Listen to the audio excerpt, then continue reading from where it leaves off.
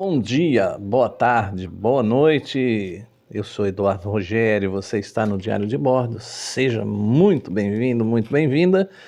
E vamos falar um pouco sobre Melquisedeque. Melquisedeque é citado no livro de Gênesis, no capítulo 14 e no versículo 20.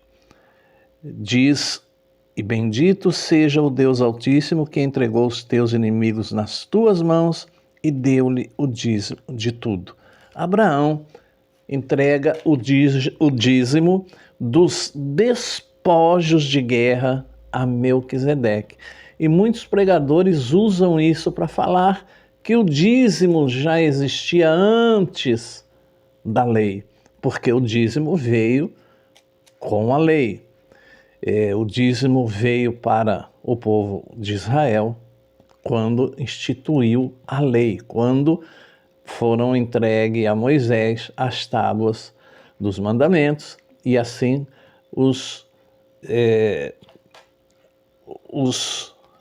as prerrogativas da lei, digamos assim. E Melquisedeque, quem foi Melquisedeque?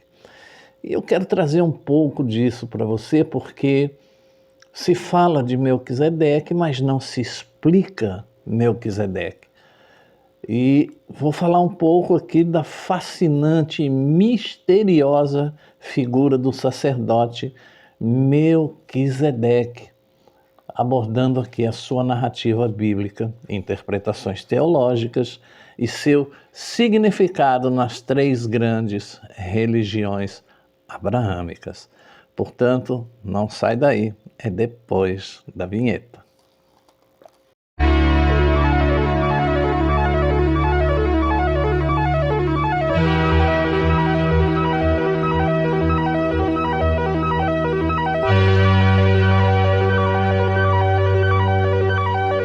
Bora lá. Melquisedeque, o rei sacerdote eterno do Altíssimo. Melquisedeque é uma das figuras mais enigmáticas e profundamente significativas de toda a Bíblia. Sua aparição é breve, mas suas implicações teológicas ecoam por milênios, ligando o Antigo ao Novo Testamento e influenciando o judaísmo, o cristianismo e o islamismo. Isso mesmo, até o islamismo. A aparição no livro de Gênesis, como eu disse para você, em Gênesis 14, a partir do versículo de número 20. A primeira e mais fundamental menção a Melquisedeque ocorre no contexto da guerra entre reis. Abraão, então ainda Abrão, resgata seu sobrinho Ló e todos os bens de Sodoma que foram levados como espólio. O encontro, ao retornar vitorioso, Melquisedeque sai ao seu encontro, ao encontro de Abrão. Seus títulos: rei de Salém. Salém é amplamente entendido como a futura cidade de Jerusalém. Salém significa paz. Sacerdote do Deus Altíssimo, Eu Elion. Este é um ponto crucial. Ele não era sacerdote de um Deus cananeu, mas do mesmo Deus que Abraão adorava, reconhecido por um título universal. Suas ações: ele traz pão e vinho, um gesto de comunhão e sustento que posteriormente seria visto como um símbolo profético da Santa Ceia. Ele abençoa Abrão em nome de Deus Altíssimo, Criador dos céus e da terra. Ao abençoar Abrão, o portador da promessa divina, Melquisedeque, se posiciona em uma autoridade espiritual superior. Abraão, em reconhecimento dessa autoridade, dá a Melquisedeque o dízimo de todos os despojos, 1/10 de tudo. Vale ressaltar, para você que não sabe, de repente você está vendo esse vídeo e não está entendendo o que é despojos ou espólios. Naquele tempo, quando o povo ia para uma guerra e vencia essa guerra, eles tinham autorização de Deus, eles tinham permissão de pegar tudo que tinha ali do inimigo, que lhes interessasse, óbvio, e trazer para eles.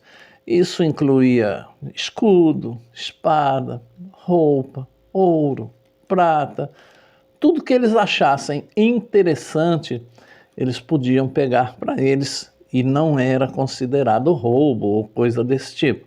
Venceu a guerra, tudo que estivesse ali ao alcance deles, à vista deles, eles poderiam levar sem nenhum problema. Então, está explicado para você aí o que é despojo, o que é espólio de guerra, certo? Então, bora continuar. E esta narrativa estabelece Melquisedeque como uma figura de autoridade espiritual única, que antecede e transcende a linhagem sacerdotal de Israel. O Salmo 110, a profecia messiânica. Centenas de anos depois, Melquisedeque é mencionado novamente, dessa vez em um salmo real messiânico. O Salmo 110, no versículo 4, declara assim: o Senhor jurou e não se arrependerá.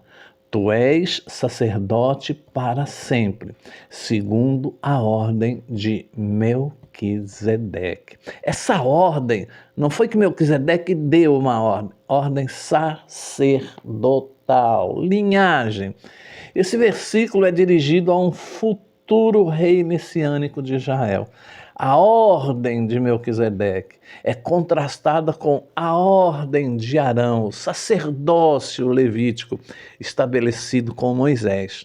O sacerdócio segundo Melquisedeque é caracterizado por, primeiro, eternidade, sacerdote para sempre.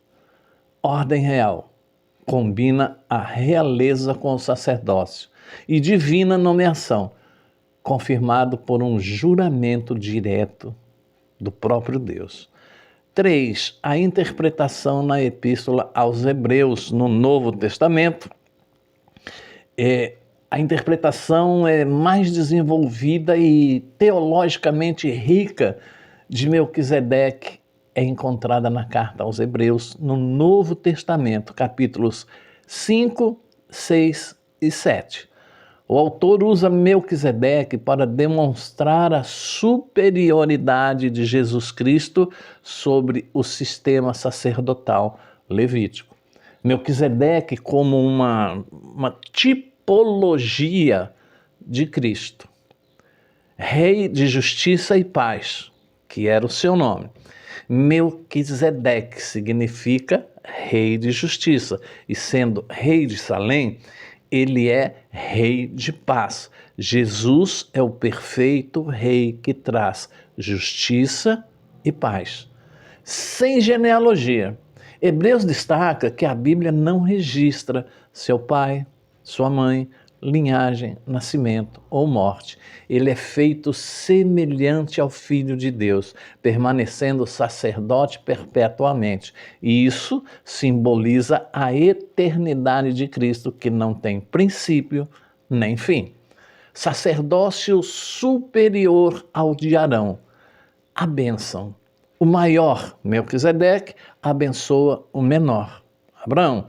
Portanto, seu sacerdócio é maior. O dízimo. Levi, o antepassado dos sacerdotes, estava, por assim dizer, nos lombos de Abraão, quando este pagou o dízimo a Melquisedeque. Assim, o sacerdócio levítico reconheceu simbolicamente a superioridade de Melquisedeque. O sacerdócio permanente e imutável. O sacerdócio levítico era imperfeito e transitório, com muitos sacerdotes substituindo-se devido à morte. Jesus, como sacerdote segundo a ordem de Melquisedeque, possui um sacerdócio intransferível e eterno. Salmo 110, versículo 4. capaz de salvar definitivamente. Fundado em juramento divino, o sacerdócio de Arão foi estabelecido pela lei de Moisés. O de Jesus foi estabelecido por um juramento direto de Deus, tornando-o uma aliança superior. Então, quem era Melquisedeque? As principais teorias dizem o seguinte: o silêncio bíblico sobre suas origens gerou várias interpretações ao longo da história. Primeiro, figura literal e histórica.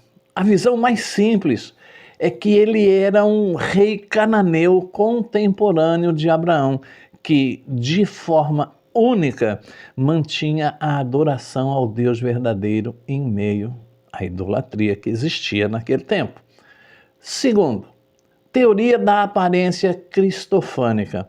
Alguns padres da igreja, como Santo Ambrósio, viram em Melquisedeque uma teofania, ou seja, uma aparição do Filho de Deus, o Cristo, antes da encarnação. A falta de genealogia e sua autoridade única sustentariam essa ideia. Terceiro, uma figura celestial. Os manuscritos do Mar Morto referem-se a Melquisedeque como uma figura celestial e divina associada ao juízo final. Quarto, tradição judaica. Targumim. Algumas tradições judaicas identificam Melquisedeque como Sem, o filho de Noé, que teria vivido até a época de Abraão. Isso explicaria seu conhecimento de Deus e sua autoridade. Quinto, Melquisedeque no islamismo. No Alcorão, ele não é mencionado pelo nome, mas a tradição islâmica nos hadiths identifica-o como o personagem Al-Qir, o verdejante, um sábio e misterioso servo de Deus que possui conhecimento divino e guia Moisés, Sura 18:65 a 8:2, como Al-Qir. Ele é visto como um professor imortal e dotado de sabedoria divina. Bom, qual a conclusão de tudo isso? A conclusão é a seguinte: Melquisedeque é muito mais do que um personagem secundário do Antigo Testamento. Ele é uma chave teológica que une as narrativas de Abraão, a profecia de Davi e a doutrina de Cristo. Sua figura sem origem nem fim aponta para um sacerdócio eterno, universal, superior, que encontra seu cumprimento definitivo em Jesus, proclamado no Novo Testamento como o grande sumo sacerdote segundo a ordem de Melquisedeque, segundo a linhagem de Melquisedeque. Ele permanece, portanto, como um símbolo poderoso da intervenção direta de Deus na história, transcendendo instituições humanas para estabelecer uma aliança eterna. Portanto, eis aí a história, a visão de Melquisedeque, aquele que recebeu na história aqui, na história bíblica, o primeiro dízimo, que, como eu já disse no começo, torno a repetir para você, não era dinheiro, não era colheita, mas eram espólios, despojos de guerra, entregues a Melquisedeque por Abraão. E a gente não sabe o que o Abraão entregou para ele, se era ouro, se era prata, se eram espadas, enfim, nós não sabemos. Mas esta é um pouco da história de Melquisedeque, que, para você entender melhor, foi comparado, ou é comparado por alguns teólogos, como sendo o próprio Cristo ali, em pessoa, o próprio Deus em figura humana. Portanto, tire aí as suas próprias conclusões Espero que você tenha gostado desse vídeo. Se você gostou, deixa aí o seu joinha, se inscreva no canal, indique o canal para outras pessoas e até uma próxima oportunidade, um próximo vídeo, se Deus assim nos permitir. Que Deus te abençoe e estenda sobre você e derrame sobre você muita saúde, muita paz e que essas bênçãos se estendam a todos os seus familiares, os de perto e os de longe. Paz. Gostou do vídeo? Deixe seu like, se inscreva no canal e ative o sininho para receber novas notificações. Muito obrigado!